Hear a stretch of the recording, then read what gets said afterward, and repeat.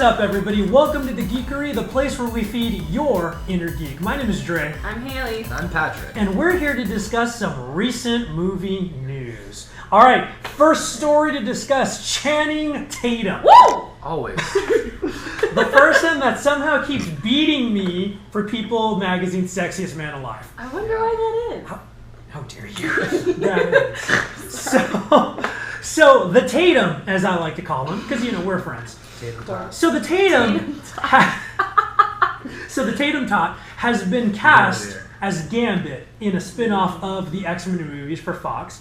And so I think they recently got a director. But here's what I want to discuss. Just in general, Gambit, the Cajun card-throwing X-Men, who I've always pictured as being more like Sawyer from Lost, is being played by Magic Mike. So, what do you think about this? What do you think about this casting? Like, do you think Fox knows what they're doing? Can you see Channing Tatum as Gambit? I'm sure you can. So. Well, will he be wearing a shirt? I don't know.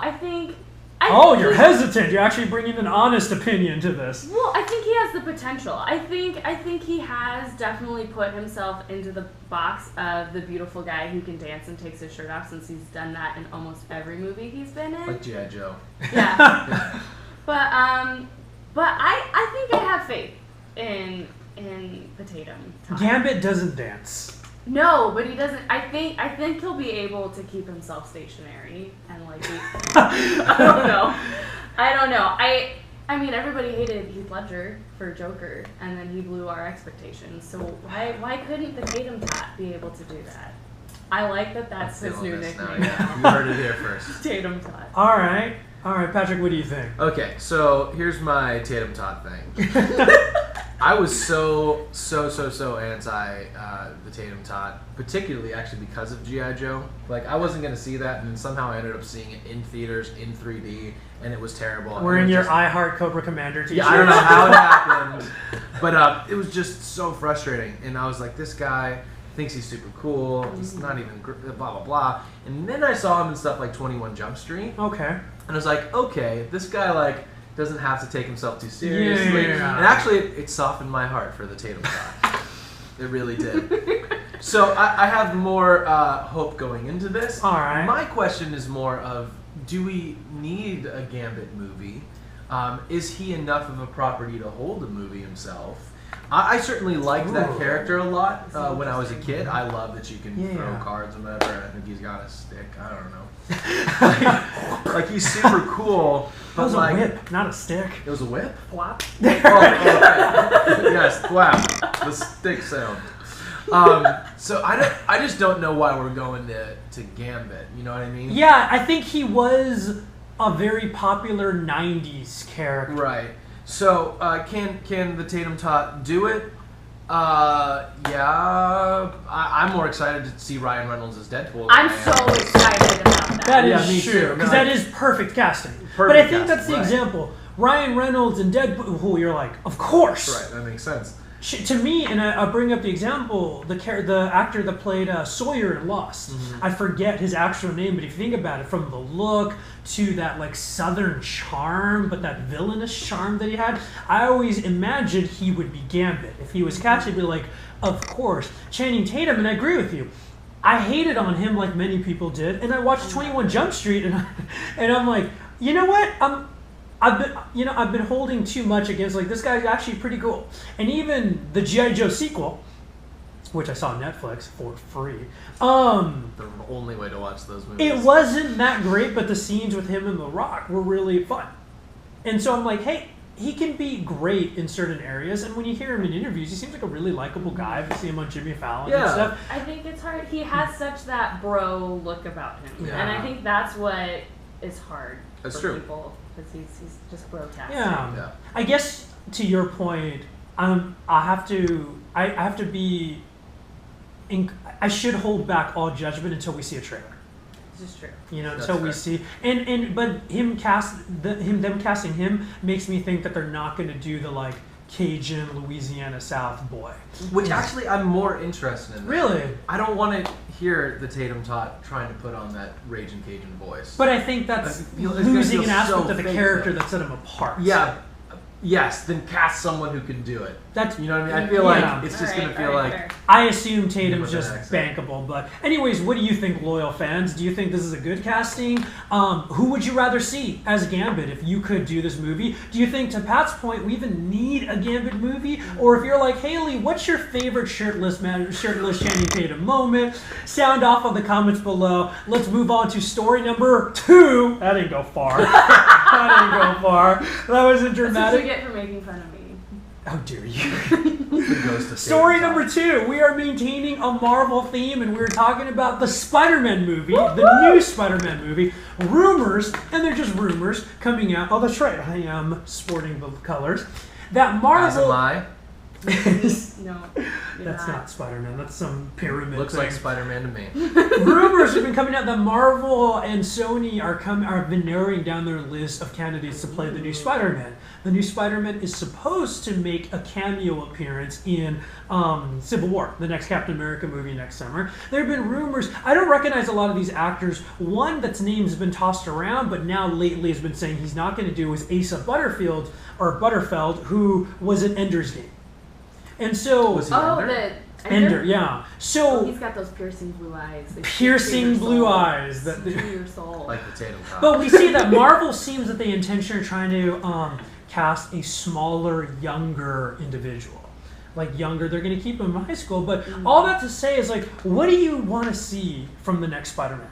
Like, now that we're getting our third on-screen Spider-Man Yeah. in the last 15 years, what do you want to see out of this new Spider-Man? What do you want to see to set this new Spider-Man apart? I want his witty dorkiness to just be brought to its full potential. Do you think we didn't get that from Tobey Maguire or Andrew Garfield? I think Garfield upped it. More so, yeah. More so. Toby, I mean, don't get me wrong, I had a Mongo celebrity crush on him when the first Mongo crush. But he was was he so, the Channing Tatum of that era for you? No. Okay. That's often how society looks at it.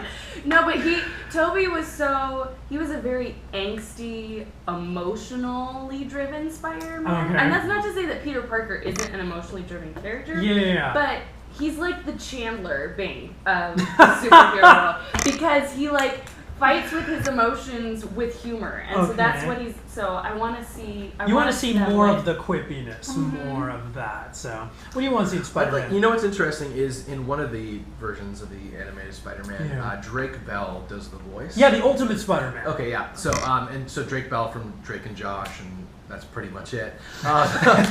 He kind of encompasses that character to me, and especially his voice acting really does kind of capture that snarkiness, Yeah. and I like that. Yeah. He might be a good fit for that. My worry is more of do you remember when the Dark Knight trilogy was coming out, and at that point they were talking about having I think it was Justice League, and they had cast another Batman.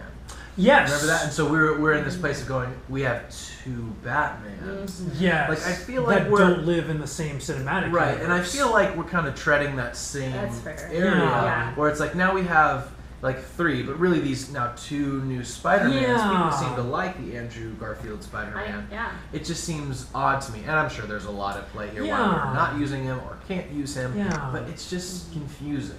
Yeah, You know I what get that. agree. I don't think it's gonna matter when Spider-Man is standing next to Iron Man. I think at that point, Well, it's Robert Downey Jr. and I think at that point it's kind of True. like game over. But Now, even so the Hulk movies came out years ago. Not, Yeah. not the artsy fartsy one, the one with Ed Norton. Yeah. Ed Norton, yeah. And so great new casting with Yeah. Mark Mark Ruffalo. Ruffalo. Awesome. But still it felt like, oh, he's the one who had a movie, but we didn't Yeah. we didn't bring in Norton. Yeah. It still felt like Yeah. that. Yeah. Now, less so now that time's gone on, but I feel like you're gonna have a similar thing. Be like, oh, Yeah. that's a version of Spider-Man. Yeah.